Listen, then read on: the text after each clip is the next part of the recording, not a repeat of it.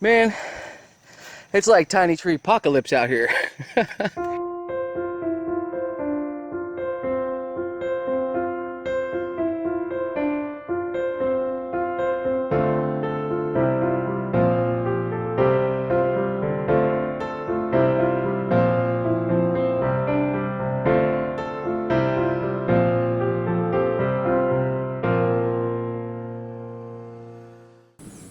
So we've got some pretty good chainsaws here on the homestead. This is my Stihl MS441 Magnum, and this one does have the electronic carburetor on it. I haven't had any issues with that yet, and man, you know, she runs like a Stihl, which is awesome.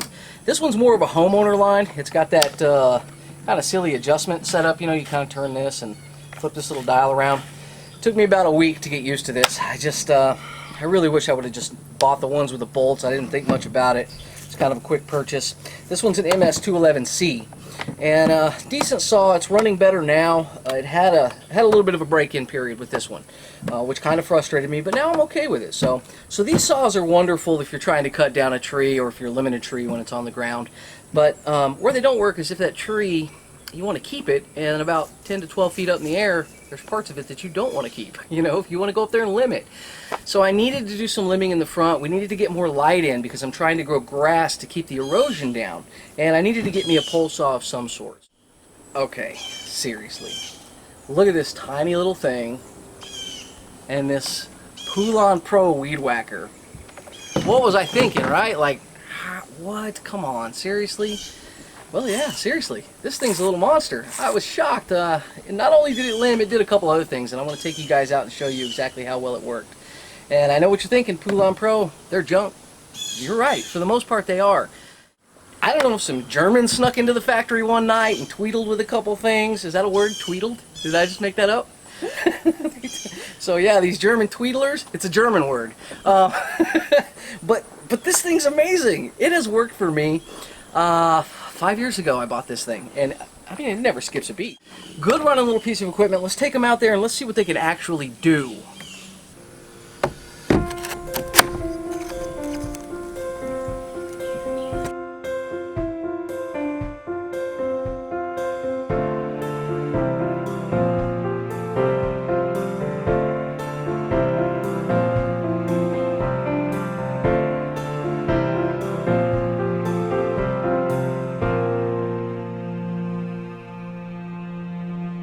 Well, I certainly didn't have to go very far to find a tree to cut down. I was back there about 15 feet, and I heard this crash, and it was the top of this tree coming down.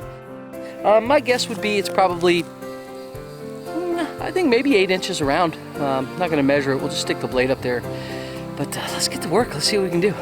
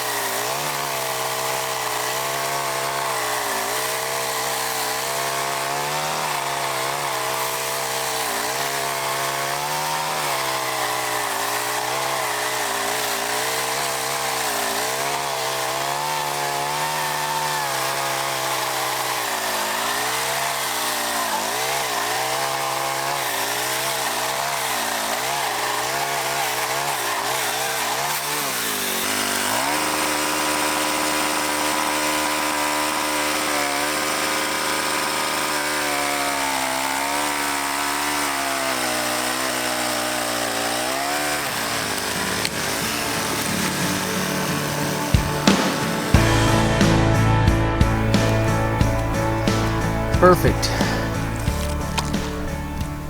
I took a little extra time with the wedge because I had to drop this tree in a very specific location. There's a lot of trees out here and it would definitely hang up.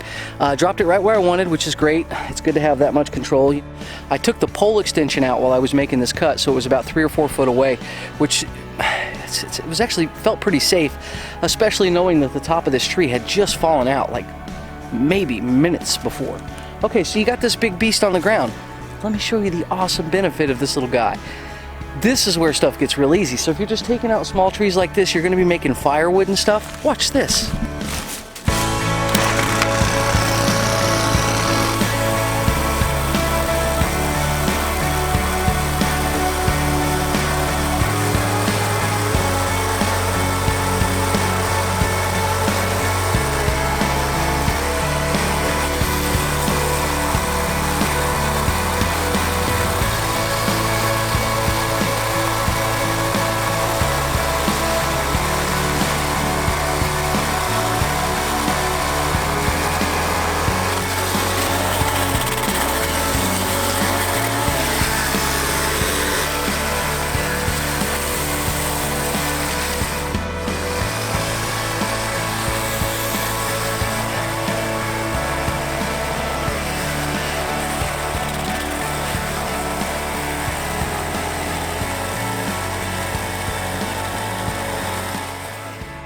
As you can see, in a matter of minutes with no back strain, you can buck up big trees. Now, I wouldn't necessarily use this to hit a tree this big, but it just shows you that you can.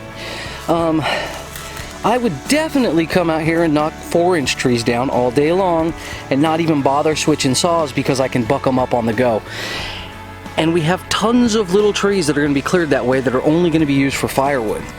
The saw just did a lot more than I thought it was going to do, and there's some value in that to me. I like it when I'm surprised, and this saw was pleasantly surprising. I thought I was just going to knock a few limbs off the trees with it, but it gives me the confidence to tackle, you know, bigger size limbs, you know, within a safe bounds. I don't want to drop these things on my head, but I know that I can drop those on the ground and then buck them up, and it won't be an issue. I won't have to grab another saw to get it done. So when I come out and clear a lane, I can just grab this. And I also have a saw blade attachment that goes on the bottom of my weed eater. Couldn't have got this at a better time either. We're about to start logging as soon as I get that sawmill done, which will be in the sweltering summer heat. Huh, yeah, didn't think that one through till just now. Anyway, that ought to be fun.